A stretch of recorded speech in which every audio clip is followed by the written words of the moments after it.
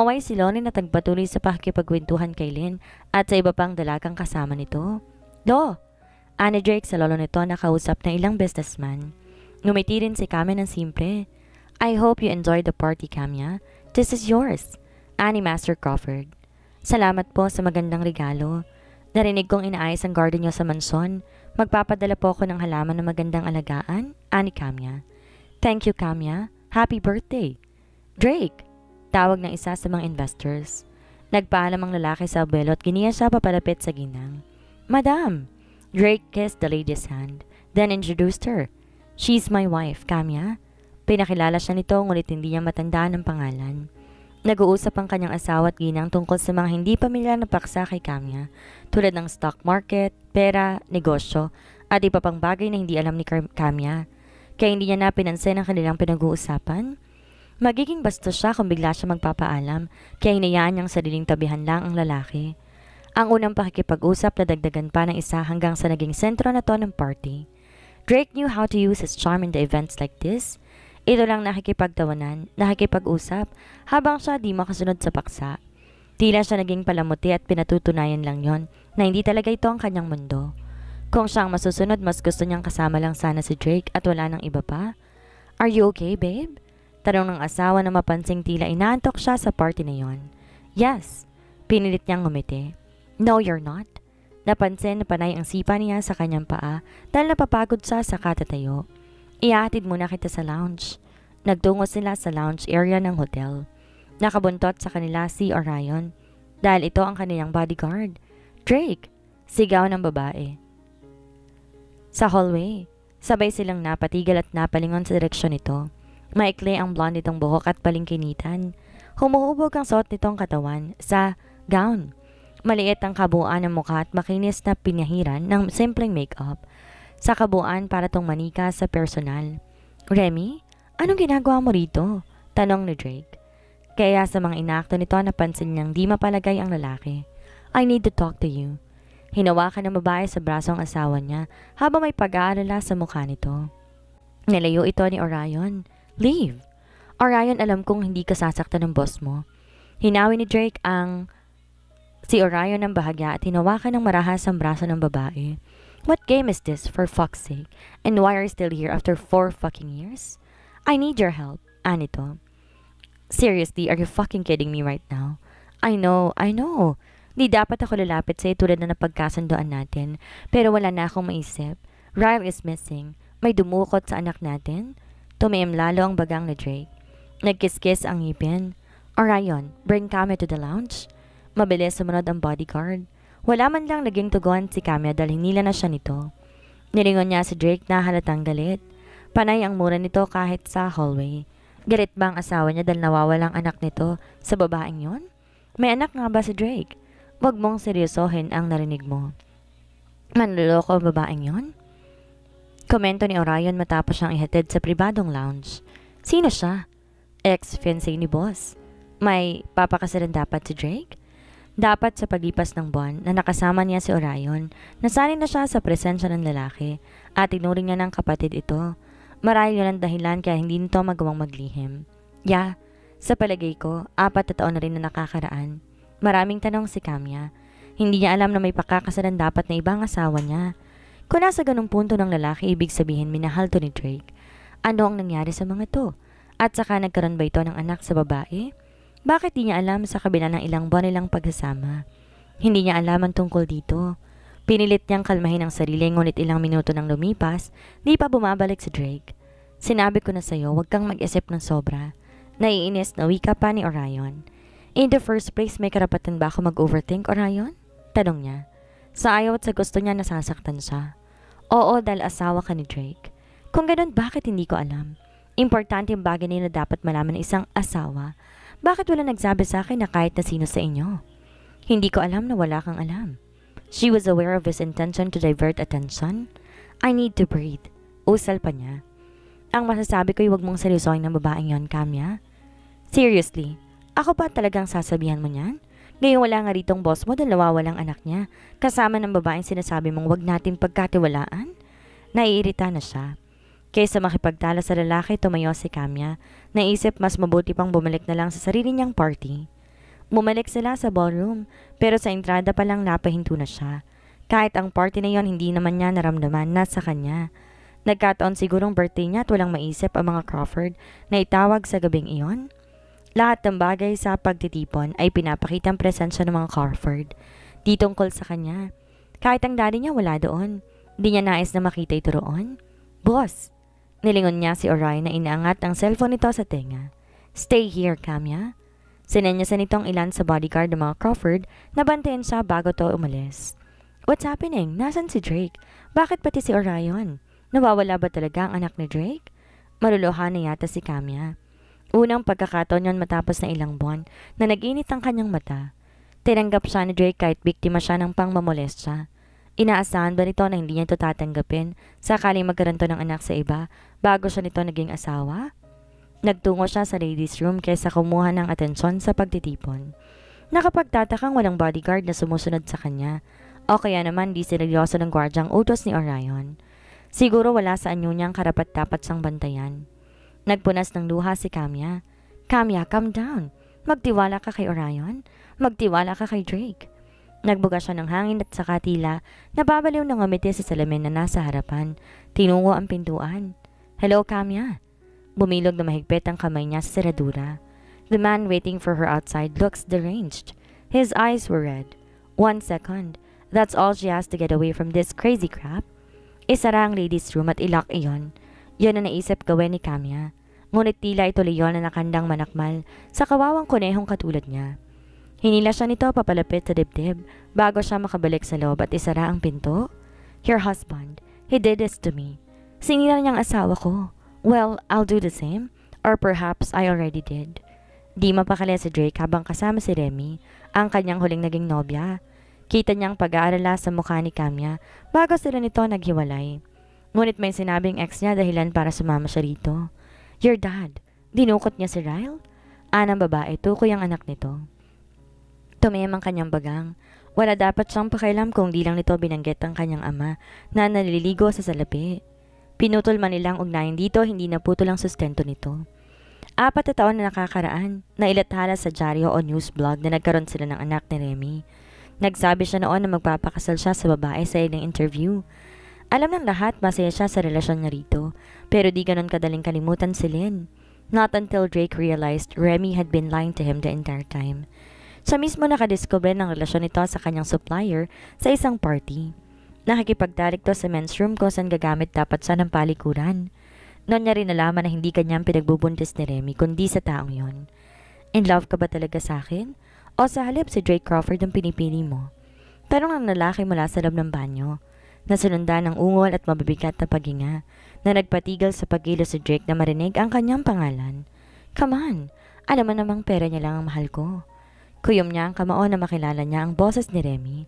That moron, knowing he always uses a condom, did not even question if he really was the father. Open your legs further. Your content babies belong to me. May narinig siyang tunog na guumpugang laman at di na siya magtataka kung ano man yun. Paano man nalaman gumagamit siya ng condom? Sa kasamang palad, ako ang pinakamatalino sa kanilang lahat. Narinig ko mula sa mga babaeng ginamit niya. Narinig niya ang pagkakikik ni Remy kasunod ng ungol. Walang ideya kung ba't siya nanatili doon para makinig sa mga bastos na to. There were times he was drunk and I told him he fucked me without the condom on and he believed it. What a moron. Makalipas sa ilang minuto, binuksan ng dalawa ang pinto ng cubicle.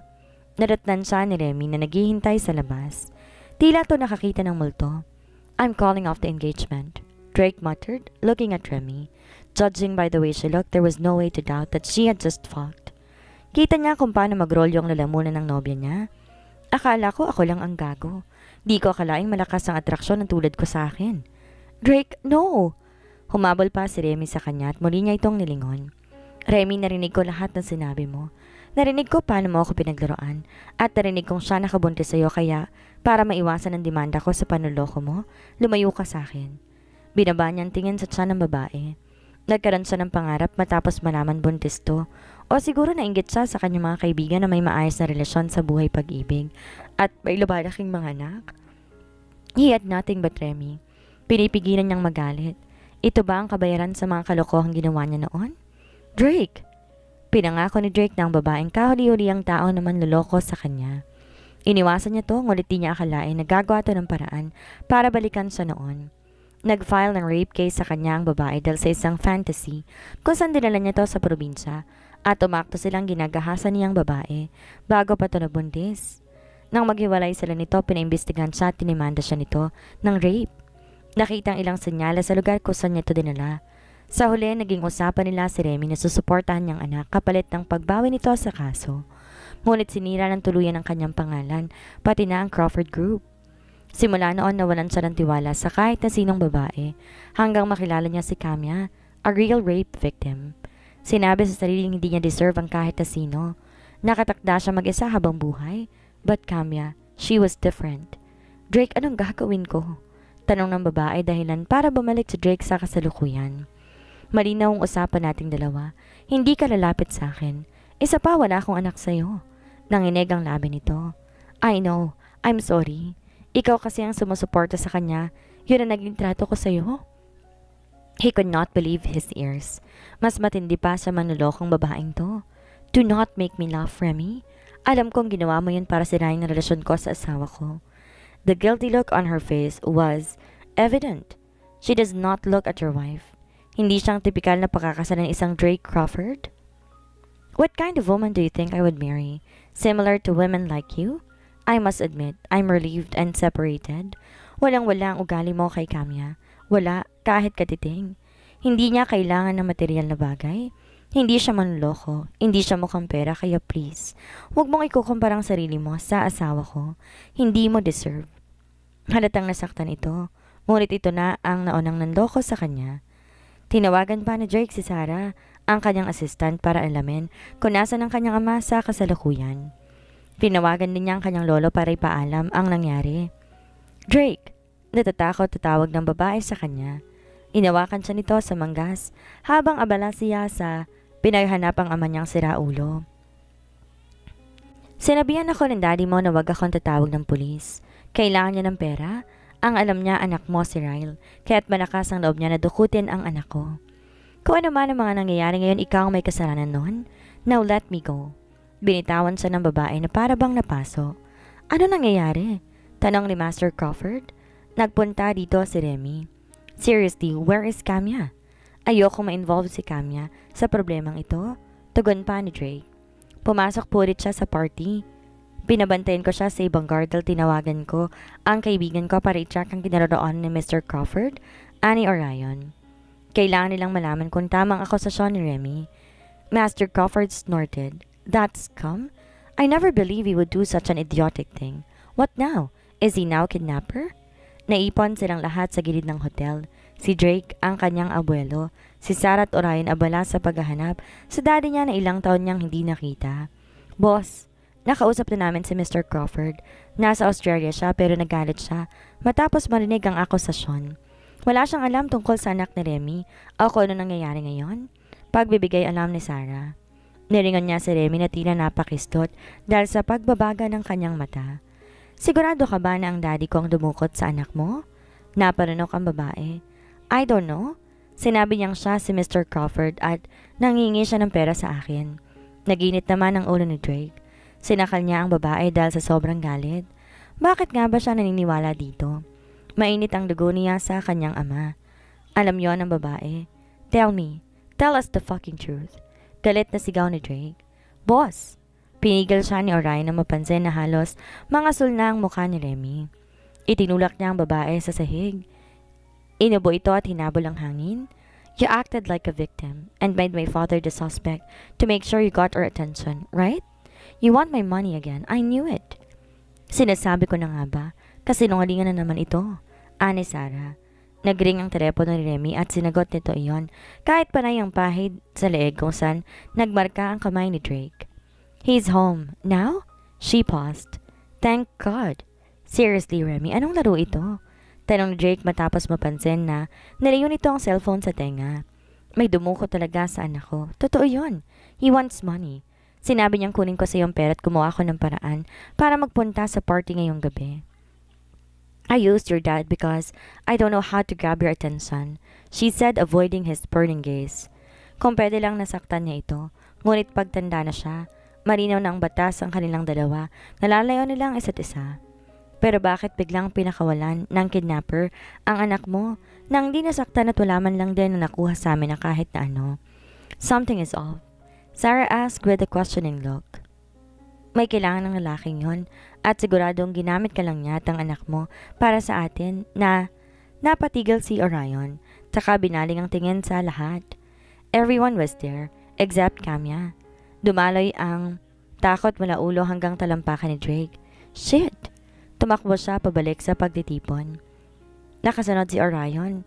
Nakita niya si Lauren, Lynn at ang iba pa. Where's Kamya? Hindi ba't kasama mo siya? Tanong ni Lauren. Hindi ko pa siya nakita mula nang umalis kayo dito. Sagot naman ni Lynn. Drake gritted his teeth while clenching his fist. Inikot niya ang paningin sa paligid. Hindi ito tungkol sa anak ni Remy. Tahasan niya itong nilayo sa lahat ng tanong na iyon kay Kamya. Find the party, now? Sigaw niya sa kabuuan ng hall. Kumuha sila ng atensyon ng ibang bisita at nabigla rin na pinatatapos na niya ang gabing iyon. Naiwan sila sa tabi niya habang pinapauwi nito si Lynn at Lauren na may mga anak na kailangan asikasuhin. His best friend will let him be alone. Pinahanap niya sa lahat ng gwardiya niya ang kanyang asawa o kung umuwi ba ito sa kanilang bahay. Hindi nakita si Kamya na lumabas ng hotel. Kabadong-kabado si Drake na ngayon lang nangyari sa buong buhay niya.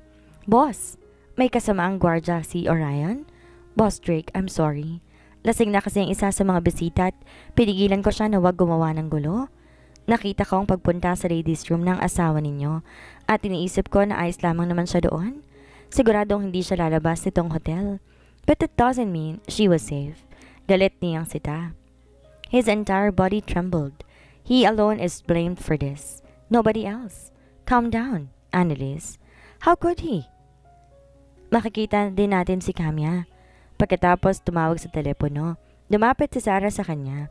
Boss, nakatanggap ako ng tawag mula kay Mr. Oscar Yu.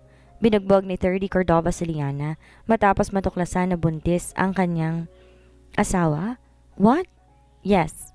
He learned about Liana's cheating, and because she works at the office, he assumed that you are the father of her child. Shit. He called this Martin household right away. Let me talk to William. Aniya sa kung sino man ang sumagot. Mula siyang naisip na dudukot kay Kamya kung hindi ang isa sa mga magkakaibigan. What is it? Nabosesan niya ang lalaki sa kabilang linya.